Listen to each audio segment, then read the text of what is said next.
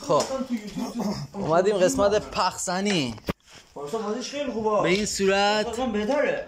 پخ میزنیم صابر نمیرسه. مثلا میانگین هر بازی با برای واه بردم تو زیدمه استقنین یه بازی هم میانگین بازی اینجوری میشه. پخزنی میریم برای اینکه بتونه لای درز قشنگ پر کنه و نوارتای بشینه.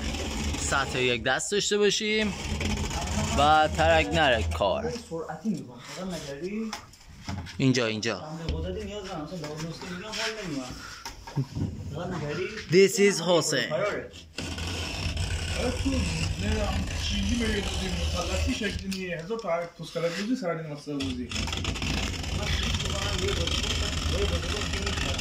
طرف فکر میکنه بوزی بازی میکنم سویچ میکنم دیگه سویچ میکنم طرف همش فکر میکنم به این پاس بدم به این پاس بدم این در از تو نقش منه دیگه